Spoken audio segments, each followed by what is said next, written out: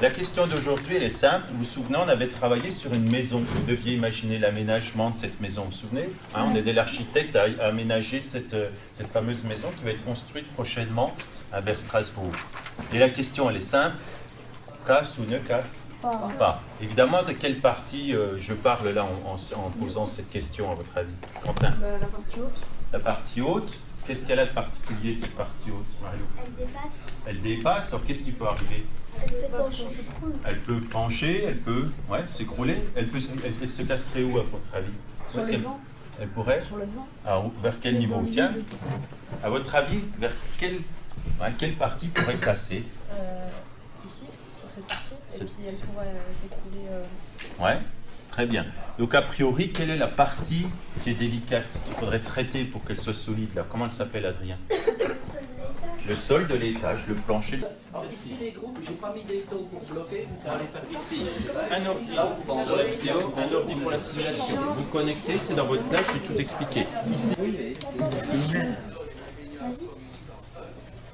Toi, tu lances SolidWorks. Mets ton écran pour qu'il voit et puisse t'aider.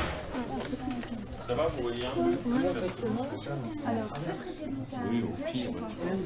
Logan, c'est quoi le truc? Je crois que t'as modifié les flèches. On va voir, hein. C'est des places de 33 cm.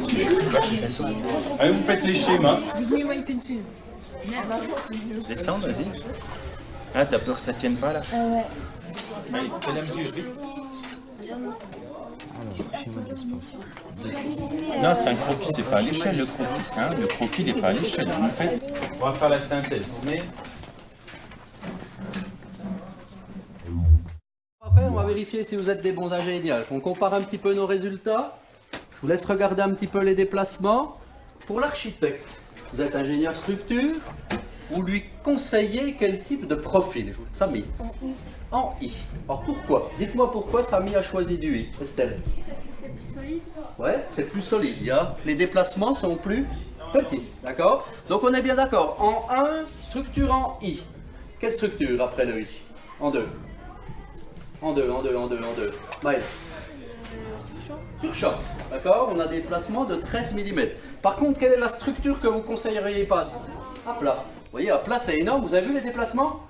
Elle a presque cassé. Donc ici, on est bien d'accord.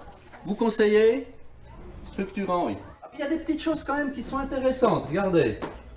On s'aperçoit que quand on fait de la simulation numérique, on trouve les mêmes valeurs.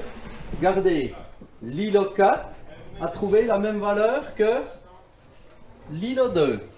Par contre, en valeur mesurée sur les maquettes réelles, est-ce que vous trouvez les mêmes valeurs? Pourquoi on ne trouve pas les mêmes valeurs d'après vous? Ouais, peut-être qu'ils se sont trompés, peut-être en mesurant, peut-être qu'il y en a qui ont appuyé un petit peu plus, peut-être qu'il y en a qui se sont trompés dans la mesure.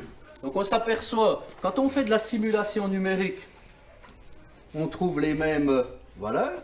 Par contre ici, on voit en simulation réelle, on peut faire des erreurs. D'accord? Donc ici, on regarde un petit peu les solutions réelles. Quelle est la structure en I? C'est laquelle des deux photos, Théo? C'est celle-là. Donc vous voyez, dans le chalet, on va voilà le type de structure. Structure en I. Ça, c'est des poutres classiques. Ça marche pour tout le monde? Je vais vous montrer ce que font les ingénieurs aujourd'hui. Hein. Ils font du réel et du simulé. Et puis on va essayer de voir les avantages et les inconvénients. Alors c'est quoi qu'on simule là, Anthony? Un crash test. Ouais, c'est un crash test. Hein. On regarde la résistance de la voiture. Donc là, c'est la simulation comment? Réelle. La simulation virtuelle ou numérique, modèle numérique. Quels sont les avantages et les inconvénients des deux? Est-ce qu'il y en a qui voient des avantages sur l'un ou des inconvénients? Tu vois quoi, Riyad, toi? L'inconvénient, c'est qu'ils ont payé une voiture pour la casser. Ouais, donc là, peut-être que ça va nous coûter cher, parce qu'à chaque fois que je veux faire une modification, je casse la voiture. Là, si je veux faire une modification sur mon ordi, qu'est-ce que je fais? Bah, je change la pièce et je recommence le crash test. Donc, avantage, c'est surtout qu'on va prendre des décisions beaucoup plus rapides. Ça marche, ce type de simulation? Et puis là, on peut faire des erreurs. Hein. On peut se tromper. Là, vous êtes d'accord qu'il peut y avoir des erreurs? Est-ce que là, il va y avoir des erreurs? Moins d'erreurs ici en numérique. Benoît Roux, je suis donc architecte chez Schweizer Associés à Strasbourg. J'ai appris que vous travaillez actuellement sur la maison que je suis en train de dessiner. Donc on va voir ensemble la solution pour le porte-à-faux. On a un terrain en pente avec une maison posée sur un socle dans cette pente. La première chose, c'est de poser le socle. On l'intègre dans la pente, encastré dans le sol. Et sur ce socle, nous allons poser la maison. Regardons de plus près. Le porte-à-faux est constitué de 2 grosses poutres métalliques, d'une 60aine de centimètres de hauteur et d'une 30aine de centimètres de large.